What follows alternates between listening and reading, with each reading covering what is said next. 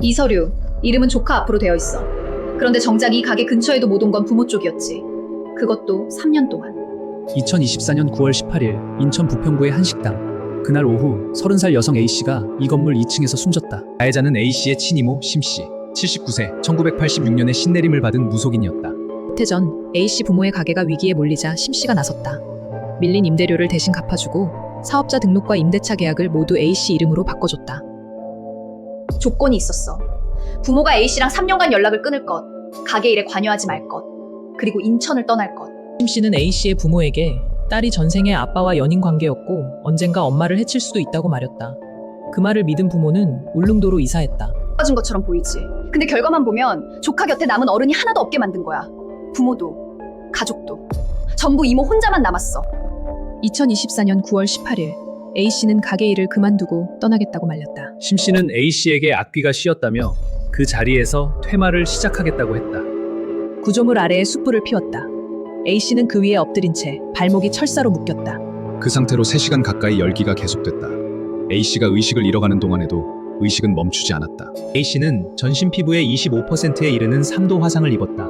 서울대 법의학교실 유성호 교수는 체표면 20% 이상이 손상되면 혈관과 신경이 그대로 파괴되는 수준의 고통이라고 설명했다.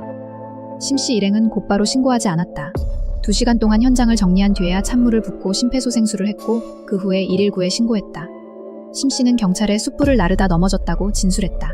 넘어졌다는 진술, 그 자리에 있던 6명 중 아무도 똑같이 말하지 않았어. 우연히 넘어진 사람 앞에서 왜 6명의 기억이 전부 달랐을까? 인천지검은 심씨와 신도 등 4명을 살인 혐의로 구속 기소했고 1명을 불구속 기소했다. 검찰은 심씨가 조카와 조카의 오빠를 이용해 안정적인 수입원을 확보하려 했다고 판단했다.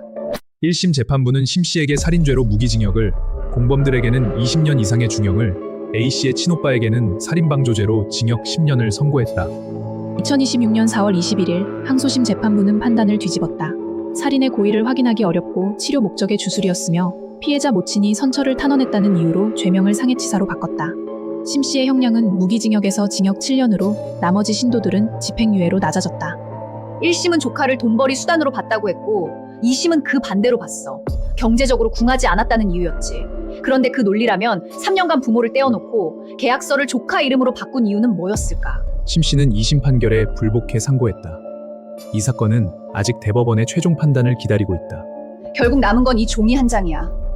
조카를 살리려 했다는 이모의 말과 조카 이름으로 넘어간 가게. 어느 쪽이 진심이었는지는 아직 아무도 확정하지 못했어.